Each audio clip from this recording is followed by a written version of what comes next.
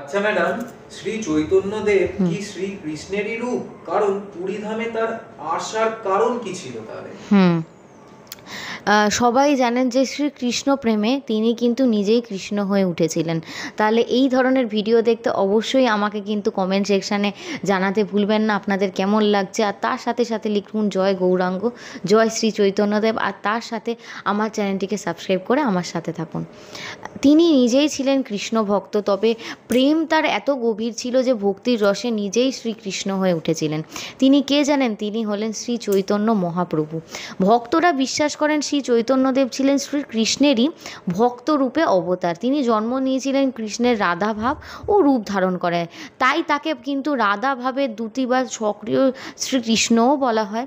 তার জীবনের মূল উদ্দেশ্য ছিল শ্রীকৃষ্ণের নামগান, প্রেম ভক্তি প্রচার ও হরিনাম সংকীর্তনের মাধ্যমে আত্মমুক্তি। পুরাণ অনুসারে তিনি জগন্নাথ পুরীতে এসেই ছিলেন শ্রী চৈতন্যদেব 18 বছরের জন্য। 18 বছরই কাটান পুরীধামে, কারণ জগন্নাথ দেবের রূপে তিনি তার প্রিয় শ্রীকৃষ্ণকেই দেখতেন। তার প্রতি এত প্রেম গভীর ছিল যে রথযাত্রার সময় তিনি অচেতন হয়ে পড়তেন। একবার তো রথযাত্রায় শ্রী চৈতন্যদেব সামনে থেকে জগন্নাথের রথ টানতে টানতে ত্রিভঙ্গ মূর্তি ধারণ করেন, যেটা কিন্তু একেবারে কৃষ্ণ ভাব ছিল। সেখানে উপস্থিত স্বয়ং সাধুরা তখন বলে ওঠেন যে এ তো স্বয়ং কৃষ্ণই এসে গেছেন ভক্তরূপে। তো শ্রী চৈতন্যদেব আমাদের কিন্তু শেখান এটাই যে ভগবান হতে গেলে ঈশ্বর হওয়া নয়, ভক্ত হওয়াই কিন্তু বড় কথা। তিনি নিজেই কৃষ্ণ হয়ে প্রেমিকের ভূমিকায় কৃষ্ণকে ভালোবেসেছিলেন। এই প্রেমই কিন্তু হরিনামের শক্তি, আর এটাই গৌরাঙ্গ মহাপ্রভুর কিন্তু তত্ত্ব।